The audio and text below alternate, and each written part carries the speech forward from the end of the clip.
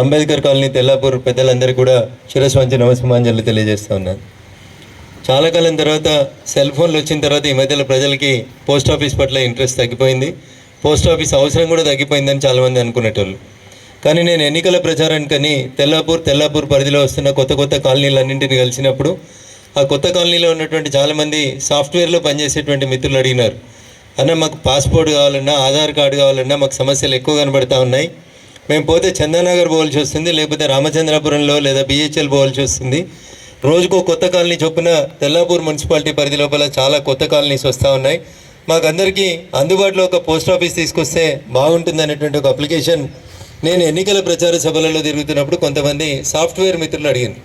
నేను అడిగిన మీరు అంతా మెయిల్ వాడతారు, సెల్ ఫోన్లు వాడతారు, వాట్సాప్లు వచ్చినాయి, ఇంకా మీకు పోస్ట్ ఆఫీస్ ఎందుకు అంటే అప్పుడు వాళ్ళు చెప్పింది ఆధార్ కార్డుకి సంబంధించిన ఇష్యూ అయినా పాస్పోర్ట్కి సంబంధించిన ఇష్యూ అయినా ఏ ఒక్క వస్తువు డెలివరీ కావాలన్నా మాకు మళ్ళీ ఎక్కడో పోస్ట్ ఆఫీస్ చందానగర్ పోవాల్సి వస్తుంది, ఇబ్బంది అవుతుంది అని చెప్పినారు. నాకు కూడా అంతకుముందు పోస్ట్ ఆఫీస్లో పనితీరు పట్ల పూర్తి అవగాహన కానీ బాగా పనిచేస్తాయి అనేటువంటి ఇది కానీ సదభిప్రాయం కానీ లేకుండే. కానీ ఎప్పుడైతే మా సాఫ్ట్వేర్ మిత్రులందరూ మా కాలనీలకి దగ్గరగా తెల్లాపూర్లో ఒకటి కావాలని అడిగినప్పుడు then I started enquiring into the services that were provided by the post office. అప్పుడు అనిపించింది నాకు కూడా తప్పకుండా పోస్ట్ ఆఫీస్ని ఈ ప్రాంతంలో ఒకటి తీసుకురావాలని ప్రయత్నం చేయాలనుకున్నాం. దానికి జిల్లా మంత్రి గారు దామోదర్ రాజనరసింహ గారిని స్థానిక ఎమ్మెల్యే గారికి ఇద్దరు కూడా చెప్పడం జరిగింది. ఒక పోస్ట్ ఆఫీస్ మంజూరు వచ్చింది, ఒక బిల్డింగ్ కావాలన్నప్పుడు మంత్రి దామోదర్ రాజనరసింహ గారు ఆ మహిళా భవనానికి సంబంధించిన భవనాన్ని ఇవ్వాలని చెప్పి కమిషనర్ గారికి ఆదేశించడం జరిగింది. దాని ప్రకారం ఈరోజు మనం ఈ సబ్ పోస్ట్ ఆఫీస్ నేటి తెల్లాపూర్ అంబేద్కర్ కాలనీ ఓపెన్ చేసుకుంటా ఉన్నాం. అయితే అసెంబ్లీ నడవడం, ఈరోజు ఎమ్మెల్యే గారి ఇంట్లో ఒక శుభకార్యం ఉండడం, మంత్రి గారికి అసెంబ్లీలో ఉండాల్సిన పరిస్థితి ఉండడం, మాకు కూడా లోక్సభ నడుస్తూ ఉంది. బట్ సడన్గా రెడీగా ఉన్నదాన్ని లేట్ చేయడం ఎందుకని అందరితో అనుమతి తీసుకొని ఈరోజు ఇక్కడ ఈ సబ్ పోస్ట్ ఆఫీస్ని ఓపెన్ చేస్తూ ఉన్నాం. దీని సేవల్ని వాడుకోవాలని చెప్పి నేను మిత్రులందరూ కూడా కొడుతూ ఉన్నాను.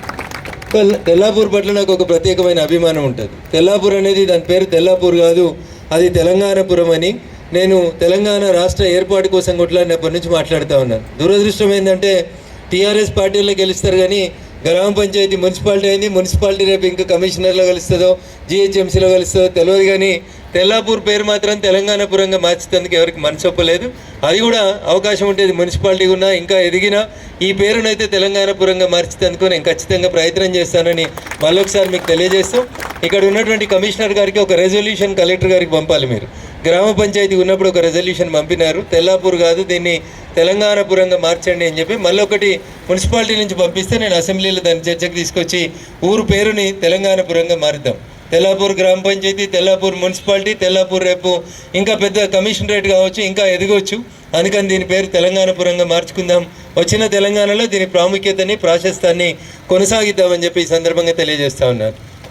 ఇకపోతే బ్రాంచ్ సర్వీసెస్ విషయానికి వచ్చినప్పుడు మురళీ సార్ చెప్పినారు చాలా రకాలైనటువంటి సేవలు ఇస్తూ ఉన్నామని చెప్పి. నేను నిన్ననే రాత్రి లేట్ నైట్ వస్తే నిద్రపడకపోతే ఈ మధ్యలో రిలీజ్ అయిన ఒక మూవీ చూసినాను, నెట్ఫ్లిక్స్లోనే ఎక్కడో తండేల్ అనే ఒక మూవీ చూసినాను. మీలో కూడా కొంతమంది చూసి ఉంటారు. ఆ మూవీలో పాకిస్తాన్ జైల్లో ఉన్నటువంటి కొంతమంది ఖైదీల్ని విడుదల చేయాల్సినటువంటి సందర్భం వచ్చినప్పుడు ఆ 22 మంది ఖైదీలలో 21 మంది రిలీజ్ అవుతారు, 22వ వ్యక్తి రిలీజ్ కాడు. ఎందుకు కాడు అనుకుంటే ఆయనకు ఒక భారతదేశానికి సంబంధించిన ఒక ఐడెంటిటీ కార్డు లేదని ఆపేస్తారు. ఏంది ఐడెంటిటీ అంటే ఆధార్ అని చెప్తారు. ఆ ఆధార్ని మళ్ళీ అప్పటికప్పుడు తయారు చేయించి రాత్రి 12 గంటలకు, సినిమా కాబట్టి అప్పటికప్పుడు తయారైంది. నిజ జీవితంలో అయితే అర్ధరాత్రి 12 గంటలకు ఏ గవర్నమెంట్ ఆఫీస్ పనిచేయదు, ఎక్కడ కూడా ఆధార్ రాదు. అందుకని దయచేసి మాకు ఆధార్ కార్డు ఎందుకు, మాకు ఎలక్షన్ కార్డు ఎందుకు, ప్రభుత్వం నుంచి మాకేం ఫెసిలిటీస్ వస్తలేవు, మాకు పోస్ట్ ఆఫీస్ ఎందుకు, ఇట్లాంటి నెగ్లిజెన్సీలో ఉండకండి దయచేసి.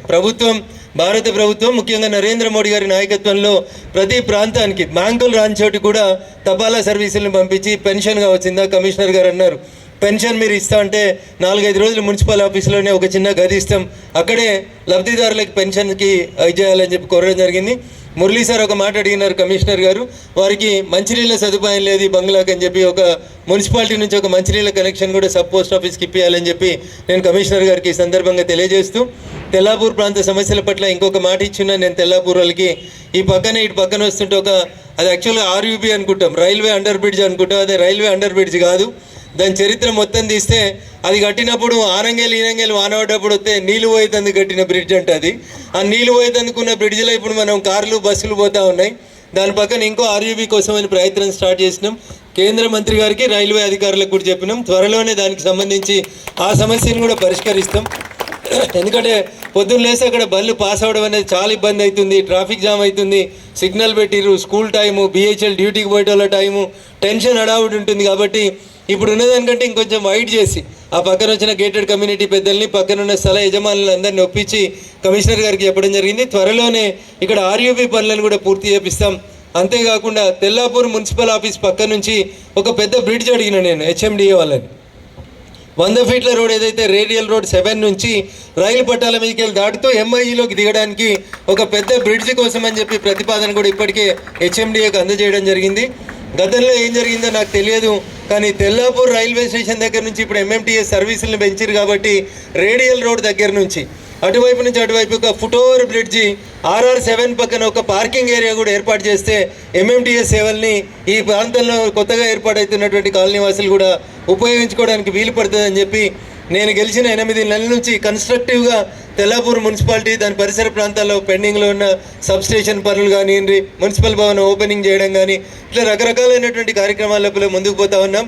We are at the service of the public. మీరు అవకాశం ఇచ్చి లక్షల కోట్లు ఖర్చు పెట్టిన పెద్ద మనుషులకు వ్యతిరేకంగా ఒక బగ్గపల్స్లోని నన్ను గెలిపించారు కాబట్టి ఆ గరీబుల కష్టాలు ఏందనేది చూసి ఖచ్చితంగా వాళ్ళ కోసమే పనిచేస్తానని చెప్పి మరొకసారి మీకు అందరికీ కూడా తెలియజేస్తూ, బిహెచ్ఎల్ 1-2 పోస్ట్ ఆఫీస్ ఇష్యూస్ కూడా బిహెచ్ఎల్ యాజమాన్యం నా దృష్టికి తీసుకొచ్చింది. భారత ప్రభుత్వం అందించే అన్ని సర్వీసుల్ని సాధ్యమైనంత తొందరగా అన్ని ప్రాంతాలకు విస్తరించే రీతి లోపల పనిచేస్తామని చెప్పి తెలియజేస్తూ, భవిష్యత్తులో ఈ సబ్ పోస్ట్ ఆఫీస్ ఒక పెద్ద పోస్ట్ ఆఫీస్గా ఎదగాలని, దానికి కూడా 1 ఎకరం స్థలం ఇచ్చి మున్సిపల్ కార్యాలయ పరిసర ప్రాంతాల లోపల ఒక పెద్ద పోస్ట్ ఆఫీస్ కట్టుకునే రీతి లోపల దాన్ని ఎదుగుదల చేద్దామని చెప్తూ, పాస్పోర్ట్ అయినా, ఆధార్ కార్డు అయినా, ఇంక ఇతర అవసరాల కోసమైనా దాన్ని పెంచుకుందామని చెప్పి తెలియజేస్తూ, ఈరోజు ఇతర ప్రముఖులందరూ కూడా మంత్రి గారు దామోదర్ రాజనరసింహ గారు కానీ, మైపాల్ రెడ్డి గారు కానీ రావాల్సింది ఉండే, కానీ ఒక మంచి పని చేయడానికి ఎవరమున్నా లేకున్నా ఏం కాదు, నువ్వు ఒకటి పోయి చేసిరా ఎంపీ సాబ్ అని చెప్పారు. వాళ్ళందరూ కూడా ఈ సందర్భంగా కృతజ్ఞతలు తెలియజేస్తూ, నేను మురళీ సార్ని, అదే రకంగా మురళీ గారు లీవ్లో ఉంటే మెదక్ పోస్టల్ సూపరింటెండెంట్ గారిని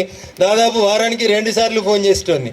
సదాశివపేటలో పోస్ట్ ఆఫీస్ ఏమవుతుంది, సంగారెడ్డిలో కొత్త పోస్ట్ ఆఫీస్ కట్టరా, తూప్రాన్లో జాగా కబ్జా అవుతుంది, మీరు కాపాడతారా, మేము పోయి కాంపౌండ్ వాళ్ళు కట్టాలా, ఇంత ప్రత్యేకంగా గజ్వేల్లో ఒక పోస్ట్ ఆఫీస్ బిల్డింగ్ కావాలి, ఇట్లా ప్రత్యేకంగా భారత ప్రభుత్వంతో కొట్లాడి పోస్టల్ సర్వీసుల్ని మరింత విస్తరింపజేసేందుకు స్థానిక పార్లమెంట్ సభ్యునిగా కృషి చేస్తూ ఉన్నాను.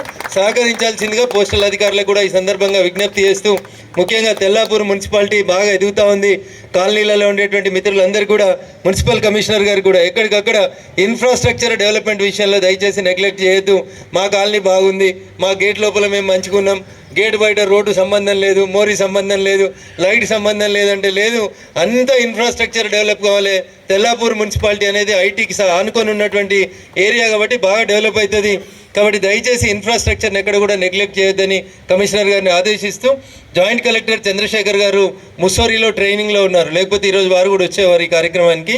వారు స్పెషల్ ఆఫీసర్గా కూడా ఉన్నారు, అందుకని వారిని కూడా ఇన్వాల్వ్ చేస్తూ అన్ని డెవలప్మెంట్ యాక్టివిటీస్ లోపల ముందుకు పోతా ఉన్నాం. సహకరించాల్సిందిగా తెల్లాపూర్ పుర ప్రముఖులకి, అన్ని పార్టీల మిత్రులకి ఈ సందర్భంగా సవినయంగా అప్పీల్ చేస్తూ సెలవు తీసుకుంటా ఉన్నాను. జై హింద్, జై భారత్. డ్రైనేజ్ కూడా ఏర్పాటు చేయండి సార్ తెల్లాపూర్